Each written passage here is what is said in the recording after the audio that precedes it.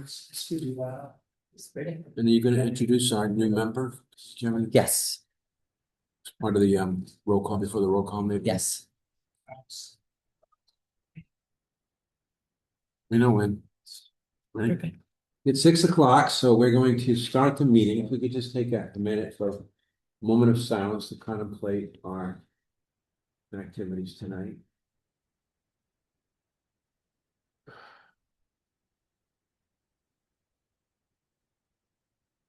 And then I guess we're going to have a roll call, but first, Kevin, you have an introduction to make? Yes, I'd like to introduce everyone to our newest board member, Dyke Hendrickson, local noted author and former major contributor to the Daily News. Thank you. Good to be here.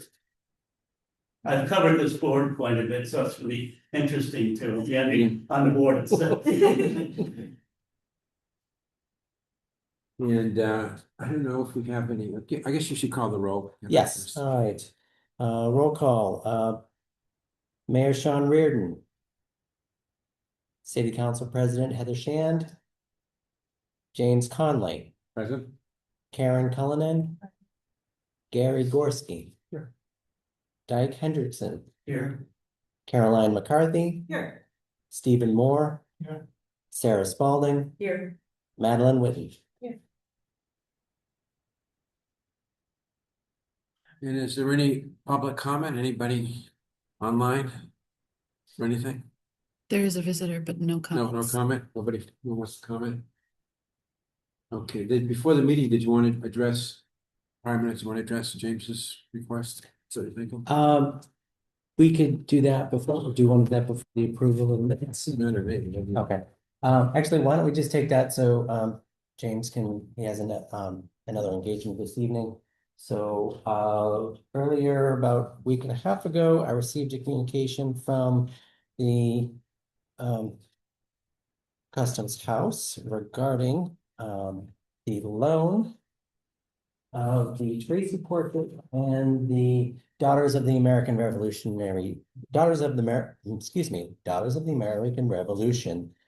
charter.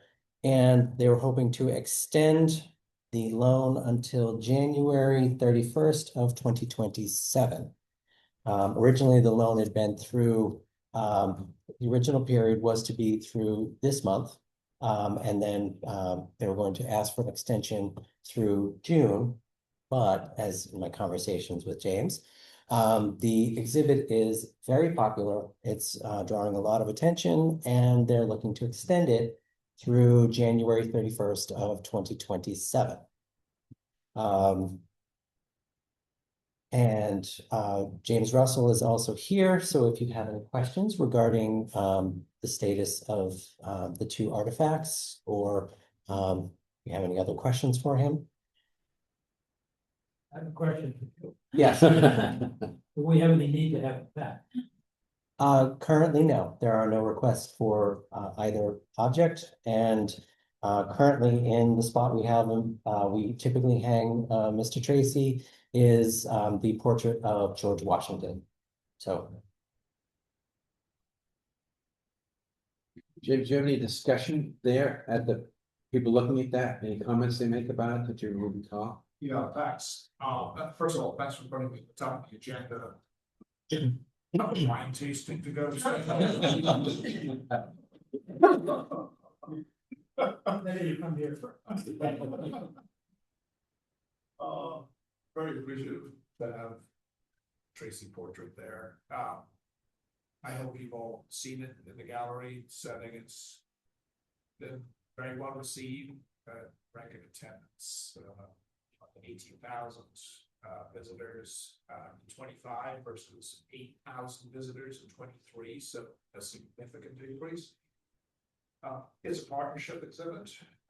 There are probably, I think there are 10 or 11 partners participating in the exhibit, museums, Newbury, etc. And the quality of the artifacts is sky high. It's really holding its weight. The presentation capabilities and values are very high, and also the storybook is very strong. So I think it's our best exhibit. So we're very grateful. I can tell you that whenever I do the tour, which I tried to do with some frequency, did one last week. We always talk about the Tracy portraits, and I bring in the fact that we're partnering with Hugh on this. The Doors of the American Revolution, thanks very much for getting that framed and prepared so it's on exhibit.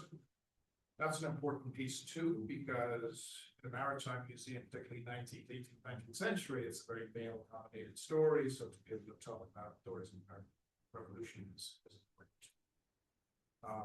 On a related note, we're delighted to partner on educational programs and help that take, so that's quite separate, but I think it shows the importance of partnership and collaboration. We hope you'll extend this. We're looking at Road to Revolution 2.0. We changed the title a little bit, but we want to have an event. We want to have an exhibit this year, and you're probably picking up the notices on the various lectures which are happening downtown. There's a symposium coming up, privateering, so critically important with Tracy. And then this summer, on July 19th, we're reading the Declaration of Independence on Market Square, which is going to be a great event. Actually, that could be something that we could work in partnership on, where we read it in Spanish and Portuguese, and kids are reading it, and it's amazing. So I'd love it if you could extend it in terms of security, which was a concern. A couple of questions on that last year. We put monitors next to the important paintings, so we know if anybody gets close or touches, they sound. The UV lens we talked about, humidity is within bounds. That's good. We feel like the security is getting better. Lighting is awesome. So if you could extend it through December, and then we'll return it to you in January. If you wish to extend it further, of course, we're not considering that. The letter talks about extending it until January 31. Yeah, that makes sense. I'd say that only because if we say January 1st and it snows, so just give us a little room to get that back.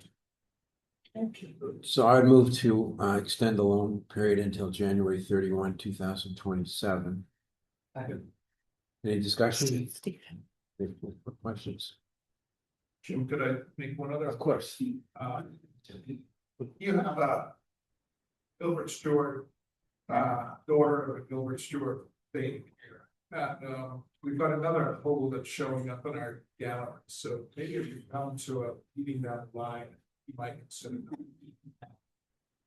If you don't ask, you don't get. We'll leave that for another day, and maybe Kevin might talk about that after Sure. we get a read.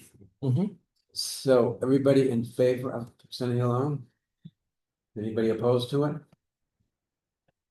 Yes, it's unanimous then. Unanimous, okay, all right. Great, Thank thanks. you. No, I'll it's work perfect. on that. Yes. But good work. And everybody had a chance to look at the previous meeting minutes. I assume they're amended by Gary. Yes, My correction is. So I move to approve those as amended. Sarah seconded. Everybody in favor? Anybody opposed? Okay. Okay. Next meeting date will be March 18, 2026. And then I guess, right, new business. Yes, I'm gonna ask that we move to item number 2. I know it's out of order, amending the Safe Child policy discussion. Just out of respect for Allison, she's stayed late today. She'd like to go home. Okay, I sent to you our request to amend the Safe Child policy. In my discussion with Allison with regard to this, we realized something that I did not realize is that it's an internal procedure in the children's room, just as a way of making sure that the children in the room are safe by not having unattended adults who could potentially, either scare the children, could potentially be a safety risk. And that procedure has been in place since well before 2015 when Allison came on board. It really is time to take this internal procedure and bring it into a patron-facing policy. So Allison offered to come and answer any questions if you have. But I do believe that adding the part that the clause that we added at the end is well within the scope of the policy. Its intent is truly to make sure that the children in the children's room as well as the teen loft are safe. So, I'm, How do you know? It's a good question. And they can't, let me be clear, they can be unattended. Why? If they are using the collection. We never want to just say, you don't have with you, you can't be in here. If they're in there looking for books, they can be in there. So I am, when I'm in there working, I'm always trying to be scanning to see who's in the room. We do that no matter what. For example, yesterday I passed by someone who was sitting in the back with her, and I didn't believe that she had any children with her, but she had a stack of books next to her. She had a stack of picture books, and she was flipping through them. I would never go up and say, "Excuse me, do you have a child?" She was very clearly engaging with the collection. She had a reason for being there. It's when we see someone who is sitting, they're on their phone, they're looking around, they don't seem to have any reason for being in the children's room. And what we do in that case for our internal procedure is go over and say, "Hi, how are you doing? Do you have any children with you today?" And if they say no, in that case, we would probably ask, "Well, are you looking for any children's books today?" We want to give them every opportunity to let us know, why are you in here? What drew you in here today? And if it's just, I was just looking for somewhere to sit down, we would let them know about the many places outside of the children's room where they could sit. There's a lot of opportunities for seating that aren't in the children's room. Anderson, was there an incident that prompted this that kind of pulled up to the surface now? We have had a few people wander in. I think part of that is because we're reupholstering the furniture in the reading room. So people who are used to walking in and always finding a seat are kind of, oh, where do I go? And they're redirecting themselves over. But we've had a few people over the years. Some people wonder and want to see what is the policy about this. Yeah, nothing dramatic. But it helps. I mean, I want people to know. I think because it's our procedure and it pertains to who is allowed to be in a certain space, it should be. And are you recommending to be posted someplace or We just? do have actually a sign. It's a very friendly sign that just says FYI. The seating in the children's room is reserved for children and their families and those who are using our collection. So if you are an adult who is not seeking children's literature, we may ask you to relocate to another space.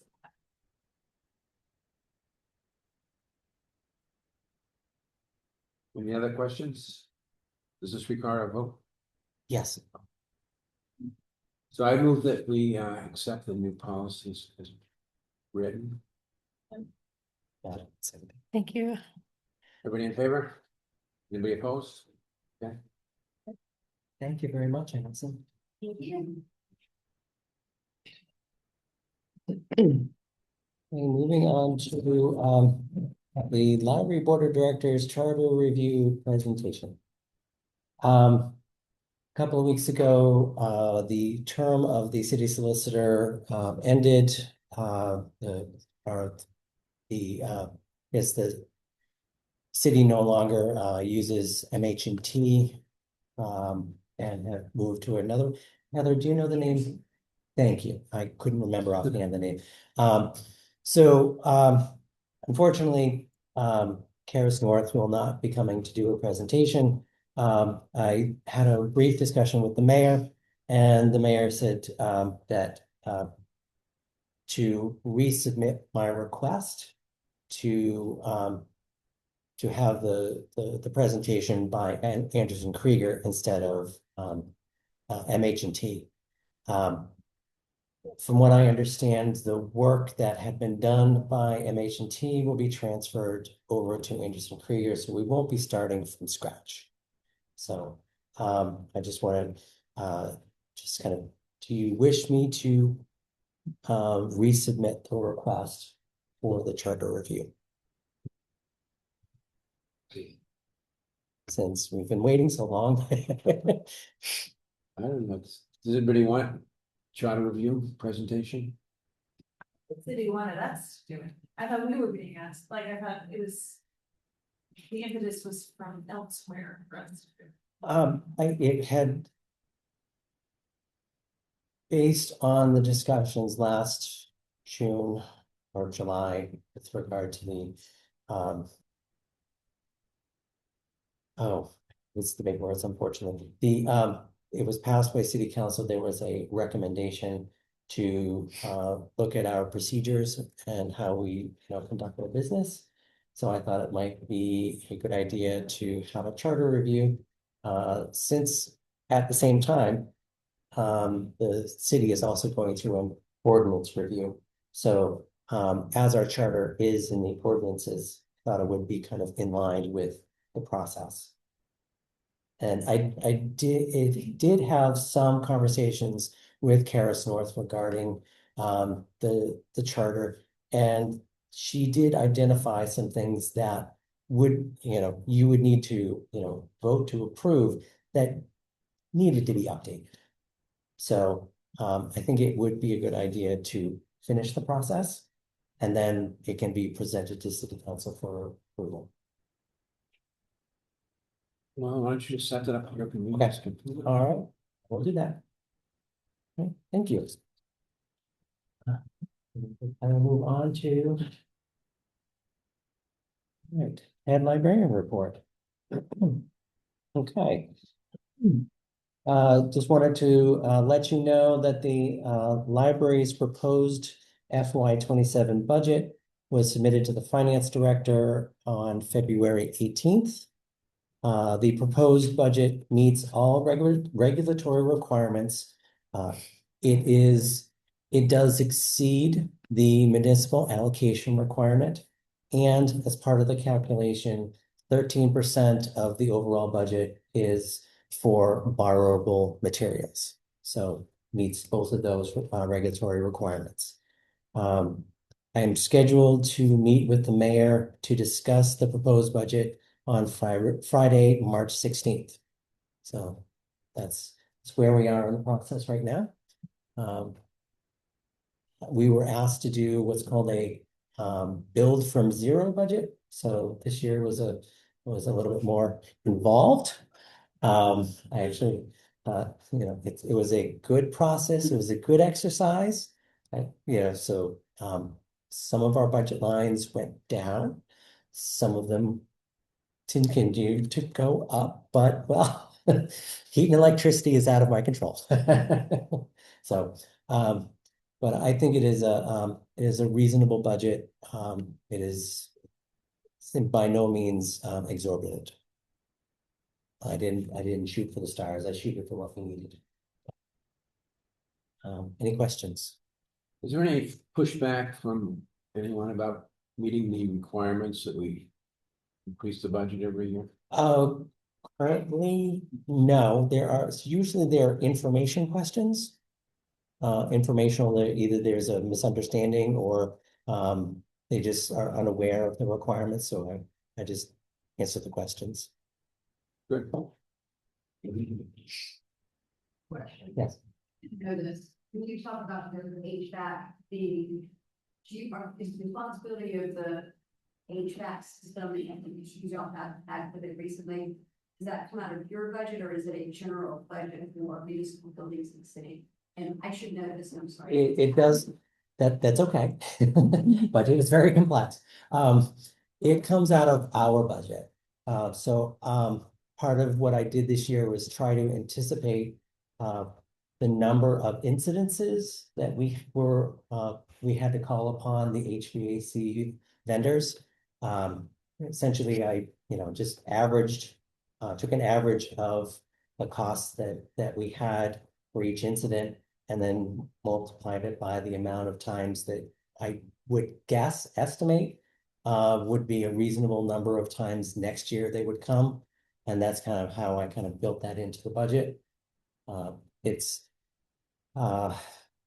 tried to, Amy Sarah, the new finance director, she was very good because, when we were building from new, I said, well, how do I account for something I have no control over?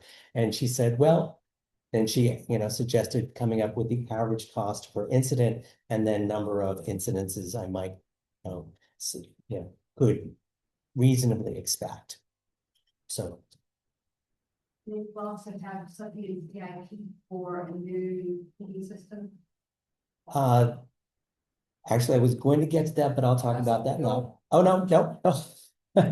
Well, the CIP is related to the budget, so I just going to had a discussion with Kim Turner and Molly Ettenborough and Mike Bartlett. The HVAC system it's still on the CIP, but it was repositioned last year. What's going to happen this year is it's actually going to be postponed a year, and there's a good reason for it. The city is going to be going for, I think it's called environmental leader certification. And if the city gets that certification, they will be able to qualify for a substantially larger amount of grants. And the grants could be upwards of $1 million. Pushing off because the next stage is asking for design funds to come up with a design for a system. And that could cost, upwards of, a couple $100,000 to do that. So it's better to wait until we have grant funding to support that.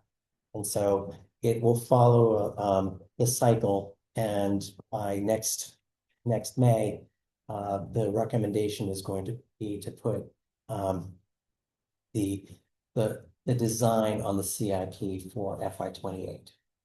So it's putting it off 1 year, but as I talked to Mike Bartlett, he's confident that between himself, DPS crew, and our various vendors, we'll be able to keep the system up and running. So, 27 years old.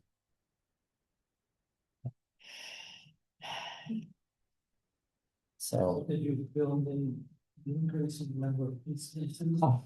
Yeah, that's Yes, I did. I rounded up with the number of incidences because they have actually been increasing. So there's also, if we do run out of money in the maintenance budget, we can also ask for a transfer. The system will always be able to be repaired. We will always be able to pay for it. It just, just have to go before city council and say, we need some more money for HVAC repairs. So. Any other questions? Okay. Unless there are any other questions about budget, I'm going to submit this section as transmitted and move on to library statistics. Okay. I sent you the library statistics package as part of the packet. Do you have any questions regarding statistics for January? Under community engagement, the outreach attendance significantly lower than previous months. Sorry, was it? Outreach attendance, it's 13 as opposed to 287, 160, 181. Outreach attendance. Oh, the average is 287. That's not previous month. When I conduct the average for the year, it takes in the outreach that we do in the summertime, so that increases the average per month. We have been averaging about 13 to 17 with outreach, or for our outreach attendance, because we haven't had any large community outreach opportunities. So it's primarily just our outreach to the homebound currently.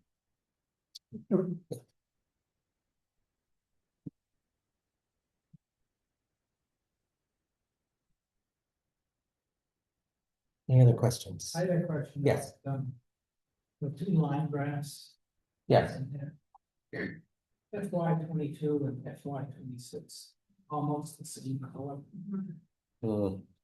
26, I think. Right. Yeah. Looking at two. Right. How we have Zoom. So if you could change the color. I will try. I have tried in the past to change the color, and Microsoft likes to assign its own colors. I've tried to change them in the past. One of the reasons why I started adding the numbers was so that you would know which line was FY 26 and not other years. Unfortunately, as you know, Microsoft is as well, and has a mind of its own.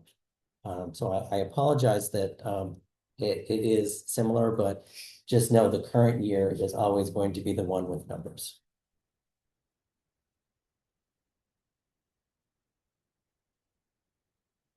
Question. Yeah.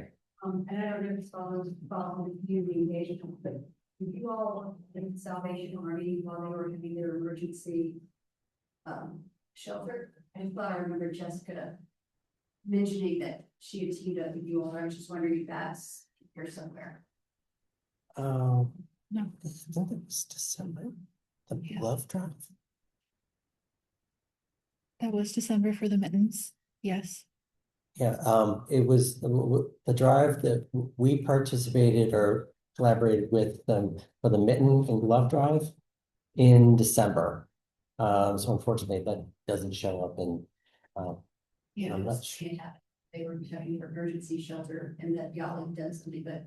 I think that was the only thing that I reckon. That's the only one I reckon. Yeah, I don't remember. All I remember recently was the glove drive. Okay. Yeah. Thank you.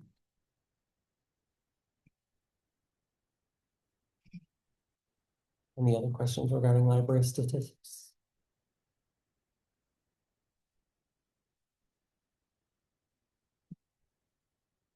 Okay, I'm going to submit that section as transmitted and move on to personnel. Hey, I want to give you an update on the recruitment for the library technician position. We are actually in the process of in-person interviews this week. We have 5 candidates we brought in for in-person interviews. Just to give you a scope of what we went through, the head of HR received 63 applications. 29 had library experience. Of the 29, we brought in 12 for pre-screening. And then from the 12, we selected 5. And our hope is that by the end of this week, we will be able to start the discussion of who we're hoping to hire. The interviews will be actually concluding Friday at 3:30. I will say that the 5 we brought in they've got a lot of relevant experience, and they gave really good pre-screenings.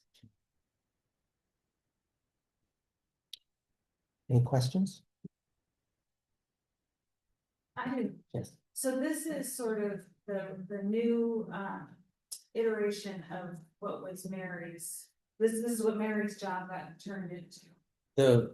The position, correct. The position was reclassified. Thank Yeah, you. yeah. But there is another position maybe a year or two ago that went unfilled and that remains unfilled. The 1.6 FTE, which was a full-time and a part-time, they actually, they were unbudgeted for and no longer exist. Yeah, we would So have how to, you- yes, It's forgotten all. Okay. yeah, we would have to petition city council to add them back. Any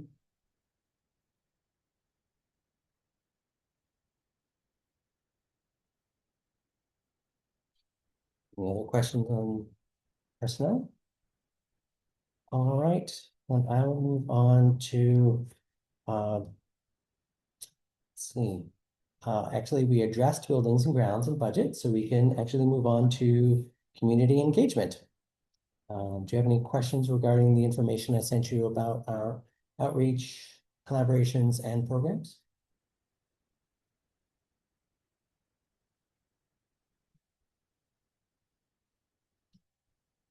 Okay, then I will submit that section as transmitted and move on to patron feedback.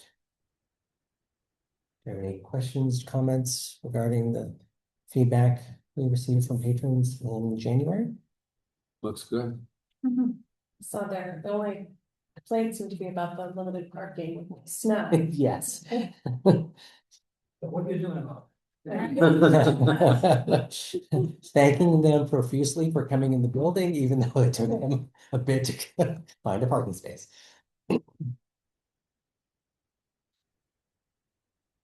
All right, unless there are any other questions, I will submit that section as transmitted and move on to the calendar. There was one modification.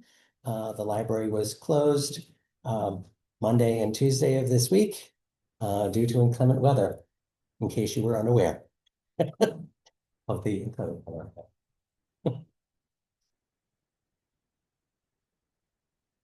And upcoming next month will be the only scheduled closure we have is March 5th for the all staff professional development day.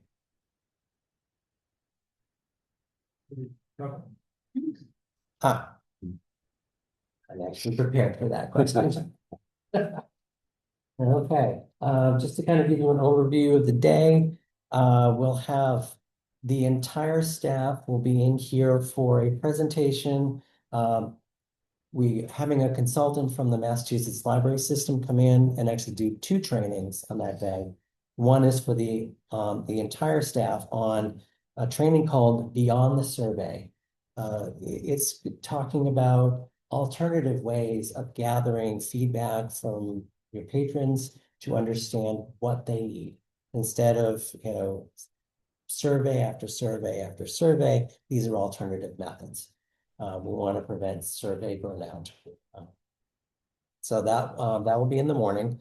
Then we'll have about an hour for both an opportunity for the entire staff. There are things that we need to communicate as well as department meetings. And then 12 to 1 will be lunch. From 1 to 3:30 will be session 1 of what I call department specific trainings. I asked the department heads about 4 months ago to identify trainings that would be relevant to the needs of their departments. And so that each department had presented to me what they wanted to do. And the kind of the rundown of those department specific trainings are, of course, I don't have them separated by department, but patron privacy, intellectual freedom essentials for schools and public libraries, crafting engaging sessions for, crafting engaging storytime sessions from start to finish, aftercare, how employees can care for themselves and their coworkers after difficult patron interactions, AI for library workers, and why do we fall for misinformation, And then finally, library safety and security, a holistic approach. So these will be, actually we'll have 2 sessions. The first session will be 1 to 2:30. Then from 2:30 to 3:30, we're going to have a team building exercise, which Allison was still here because she is organizing it for me. And essentially, everybody here familiar with the TV show Nailed It? It's a show where not so great bakers are brought in to try to recreate a professionally made either, cake or what have you. And so Allison's husband actually had done this on a work retreat, and it was a really great opportunity for everybody to kind of be, I think they were working in pairs. So it's just an opportunity for us to kind of gather as a staff and do something fun. And then if they want to, they can enjoy their cupcakes. And then from 3:30 to 5 will be session number 2 of the department specific trainings. And they'll be kind of divvied up between that list of 8 shared.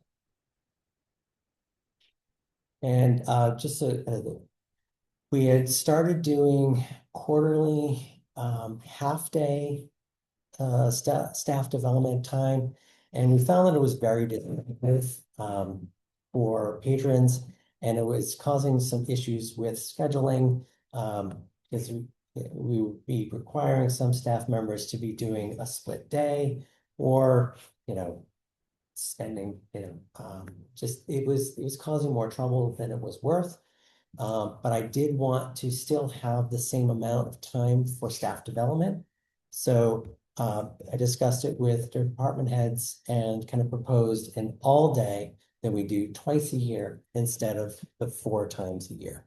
So this way it's only twice a year, and it's just for 1 day. And we're getting all of this training in, which I think is very good for the staff. So just wanted to share that with you. Any questions? Okay, all right. Well, that is all I have for the head librarian report. And there's nothing else on the agenda. Any other questions? Kevin, Lois here, comments? Well, I would move to adjourn the meeting then. Everybody in favor? Anybody opposed? Okay. Thank you.